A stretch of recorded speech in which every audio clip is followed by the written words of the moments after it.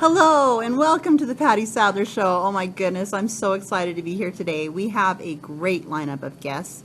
And once again, I want to remind you that Father's Day is coming tomorrow, and I want to wish all the fathers out there a wonderful Father's Day.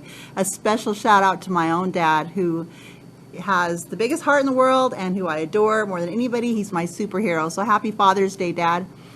And we're going to have some really neat guests. One of our guests will be Charles, who is a wonderful vocalist. He is from New Zealand, and he's going to share some of his musical ability and talents and expertise with us. And he has some amazing programs that he's doing, and I can't wait to share his stuff with us. We also have Sue, who will be talking to us about Confessions of a Cookie Snatcher. So that could be really exciting and interesting. So I hope that you're going to just come right back and join with us right after the break, and then we'll start with Charles. Thank you.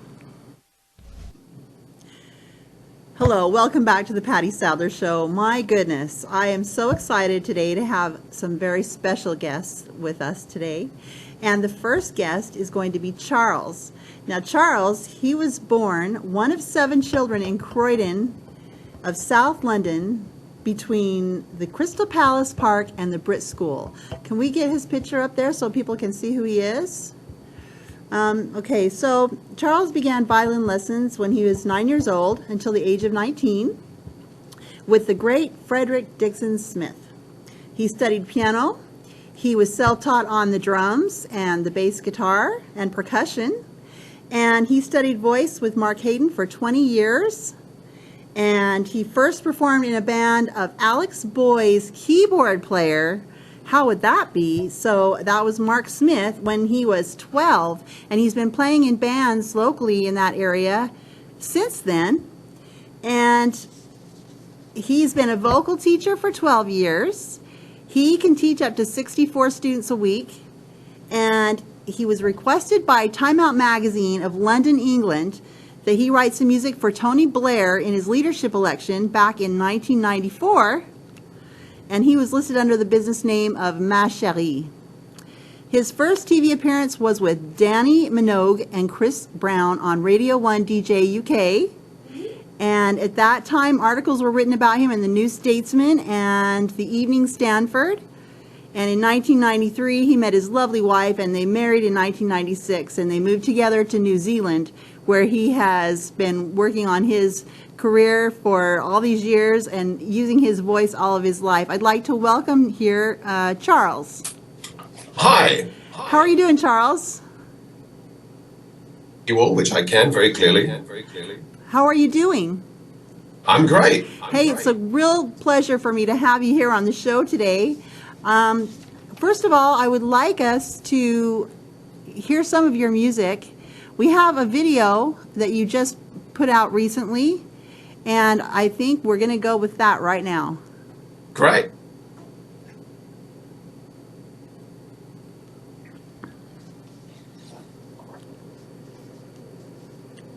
Oh my gosh.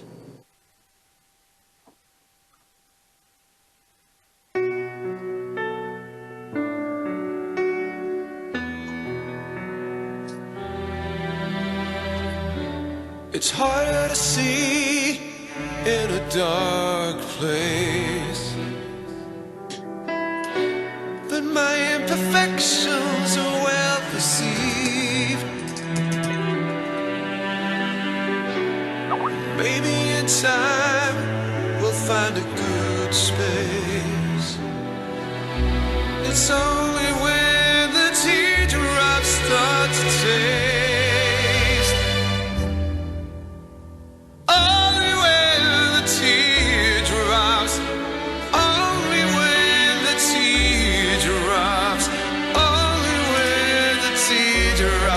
Start to taste.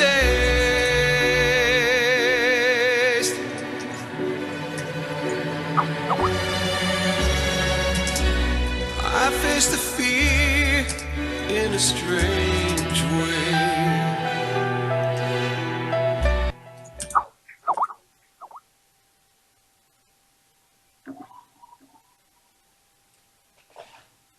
Looks like we had a at a technical difficulty. But anyway, this is a great piece of music. I could listen to it over and over again. It's The Taste of Teardrops. Is that correct? Teardrops start to taste. Teardrops start to taste. Would you like to share with our audience maybe what inspired you to write this song? Yeah, my father died last year, and I cried. And so when I cried, the tears ran into my mouth, and it's a little difficult sometimes to grasp the reality of the situation until something in reality happens to you to wake you up. And the thing that woke me up to the fact that my father had died, even though I'd heard it and felt the pain of it, was the tears running into my mouth. I mean, it sounds a bit too poetic now when you talk about it. You know, it sounds, oh, well, the tears ran into his mouth, and, oh, well, how dramatic. But in actual fact, I mean, that was reality. It fell into my mouth. The tears came into my mouth. And I went, wow, it's real. It's reality. Wow. So let me ask you something. When you experienced this, basically this song came out of some kind of pain that you felt. And it's been my understanding that you've had the opportunity to inspire a lot of other people for the same types of things. Yeah, I mean, some people have come to me through YouTube and said, wow, you know, I'm in a difficult relationship and this song brought healing. I mean, I wasn't expecting that. I wasn't expecting somebody to heal because of my music. I mean, it was really just my expression. I've had another guy who was married to his wife for 31 years, and in 2008 she died, and he said, you know, I've been tasting those tears for 5-6 years now. I mean, these are very real. These are very real to them, and yet to me, I mean, I never knew these people, and yet it's bringing maybe closure, maybe understanding. I don't even know what it might be bringing to somebody else. I've had a couple of other people say to me, I'm just deeply moved. Just as simple as that. Well, you know, it's an inspiring song to me, too, and I can just imagine how it has affected other people. Let me ask you this. What's it like having been working with Alex Boye's keyboard player? And also, you know Alex Boye, right? Yeah, I mean, Alex, are friends. I hadn't seen him for 15 years. And then last year, he came to New Zealand to do a concert, and I flew up to see him because I wasn't going to miss an opportunity to be him. And literally, I was with him for about half an hour because he was so busy preparing for the concert. But it was great to catch up. Yeah, it was fun. The keyboardist player, that Alex was using for a while, Mark Smith, I was playing with him when I was 12. And we had a little band. I mean, I used to be the drummer. And he used to join my brother on the piano and stuff. So we go back a long, long way. Wow. So would you say that this is the time for the older artist? Well, I think the thing is that one of the things that really inspired me was funny, a radio interview with Alex. He said, you know, people said I was too black, too old, and my music wasn't commercial enough. And 100, 200 million views later, I think he's proving people wrong. You know, then you have somebody like Paul Potts, who was 36 when he started out his career through Britain's Got Talent. You have Susan Boyle. Some of the greatest voices that have ever lived created their greatest music 40 and 50 years old. And then you look at somebody like Johnny Mathis and Tony Bennett, who are about 75 and 80 apiece, you know, respectively. These guys are still performing. Yeah, they are. And some of their greatest feats couldn't have happened until they were older. Wow, that is amazing. So, Charles, I think it's definitely your time. You have been coming into this for a very long time. I understand that you're going to perform locally. Now, first of all, what's local to you? Local, well, national. So from New Zealand? Around New Zealand. And Britain and England and so forth? No, that isn't local. So, New Zealand, huh? Yeah, New Zealand, I mean, it's national. Then Australia, you could say it's local. Oh, I mean, okay. England is 12,000 miles away, so it's going to take a little bit more. Yeah, a well, little bit more effort to so get there. now you're going to be performing this fall locally. Can you tell us about that? Not at the moment. I'm not going to tell anybody about it right now because Well, what we're see, doing I'm is just trying to dig preparing and for get it. information out of you, and so, well, just know that he will be performing locally in the fall, and we don't get any more details than that. That's kind of a big surprise. Now, Absolutely. after that, I'm pretty sure that he'll be touring internationally because he is going to be such a big star, and he has, well, if you look at his music, and you can check out some of his other videos on YouTube as well. Charles is a very, very talented vocalist, and I think it would be great to see you in concert. Well, I've had a lot of fun with you all. So tell me, your main focus is to bring uplifting, positive music to help people face difficulties? Well, no, I mean, that wasn't really the intention at all, but I think what's missing is beautiful music. The purpose behind it is always down to the individual. What they feel, what they sense from the music. The initiator of music has always been the expression of the artist, what they need to express. I mean, I think Mozart said it best when he said, "I am a vulgar man, but my music is not." In other words, you see me in the flesh, you see me who I am, and you may mistake me for a fool, but my music is where my heart is on show. And I guess if people can connect because I'm showing truly who I am with my heart, then the vulgarity of the man, the nothingness of the man will fade into the background and the music speaks for itself. And then by that, they receive beauty, maybe healing, but more to do with just like any other music which touches you. I'm hoping that mine will be that bit more focused on the beautiful, focused on there's a great teacher of the voice in New York. His name's Maestro David Jones, and he said what was missing from today was the beauty, the beauty in music. And I don't think he's wrong. I think it's cool to have fun, and I think it's really part of what we do to express ourselves in many ways through dance, etc. But I think sometimes we miss some of the more beautiful things that we could have in our lives. I mean, that's one of the reasons why I used Giacomo Cataldo, a Canadian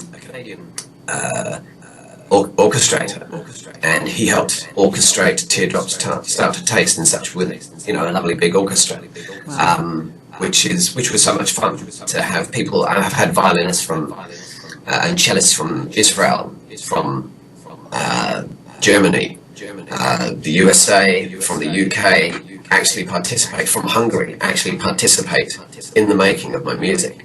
So I've collected musicians that I love and love to work with. I mean, for instance, the great bass player Jerome Parker Wells will be on my next single.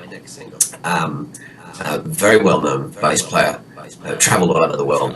So I've collected the very best musicians from all over the world, and they've brought my music to life.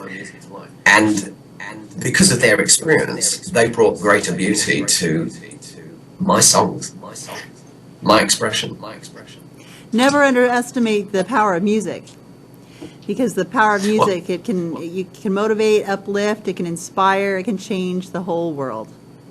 And I think that's one of the things. I think the whole purpose of music generally, in my view, is if it doesn't change you, it shouldn't have been written.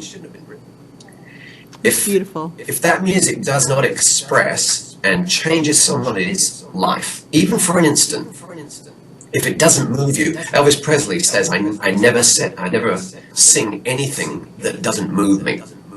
And I think that moved him emotionally, and we obviously later saw it moved him physically as well. So I think that's one of the things. If music doesn't move you, if what you're listening to doesn't take you to a different place, if it's not something that gives to you a moment of utopia, then maybe that's the wrong music for you, or maybe that writer shouldn't have written that piece of music. I mean, I've often looked at my own music and said, oh, great, I love this tune, I love this song. Wait a minute, it's not moving myself. I'm going to put it to one side. It's not doing it. So I think, yeah, music is very powerful. Just the other day, talking about Alex Boye, I was going through some stuff in my head and I was trying to clear my head out. So what I did is I played it on YouTube, and it just gives me such a kick because here's an uplifting song, shake it off. Shake off what? Shake off the burdens. Yeah. For me, it gives me a message, and I think that's a great positive thing about Alex's music too. I mean, I haven't got one of his tunes where it hasn't been a positive uplift. Wow. And you're so right. I never really thought about it like that. But if you do think about it, if it doesn't move you, why would you write it? And music has such an influence for good and bad, whatever it is. But that's a beautiful way to look at it. I would like you to tell me about the buzz on Twitter. Oh, gosh. It was just a couple of days ago. Somebody had obviously tweeted the song. I don't know who that was. And somebody else picked it up and started saying, hey, look, I've listened to this song now for this is a quote, the 11 millionth time. Oh, wow. I mean, of course, they hadn't that much, but well, it is one. Somebody had written a review about it through Twitter, and Twitter and all this. I think it had like 1,000 followers or whatever it is. Oh my gosh. So I'm just blown away that somebody would be sitting there clicking repeat on Spotify or downloading it or just whatever it is. And it was just quite amazing that somebody would even bother with. I don't want to call myself little old me, but I'm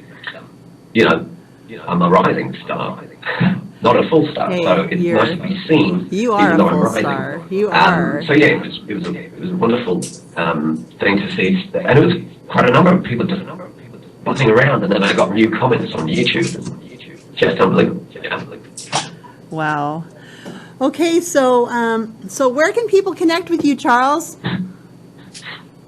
Well, if they go to Facebook, or if they go to Twitter, even if you just write in the name of the song, Teardrops Start to Taste, you'll find that I have a Facebook and a Twitter account that's ready for you to just log in.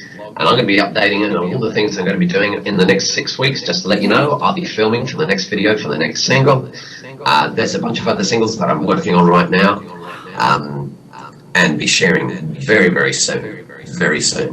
Just as a result of this video, it just became so inspiring that I needed to work even harder to get more stuff out. So I'm actually right in there right at the moment, recording. Pretty much every single day I'm recording something or instructing a musician on how I want them to play something. I've actually got this violinist who's playing this violin solo almost like a lead guitar in a rock piece on this particular track. The next track is called Nothing to Say. I can give that away. It's called Nothing to Say. And sorry, I haven't been looking at that camera. I'm looking at that camera now. There we go. There's the face. So just every day. So you can go to Facebook / The Music of Charles. You can look me up on Google Play, The Music of Charles. Look me up on YouTube, The Music of Charles. Or you can go to Vivo, or Charles at Vivo. Vivo's now taken an interest in what I'm doing, so they've now given me a license to play my music over the Vivo channel. Okay, great, Charles. Hey, we are going to look forward to having you come to California and perform your whole album. And so when you come over here, I'm going to have all of America welcoming you here. I'll be there. Okay, Charles. So thank you for joining us today. And I hope that you'll join me again for another time on your next video. And have a great day. Thank you for being with us. I've enjoyed it. Thank you ever so much. All the best. Take care.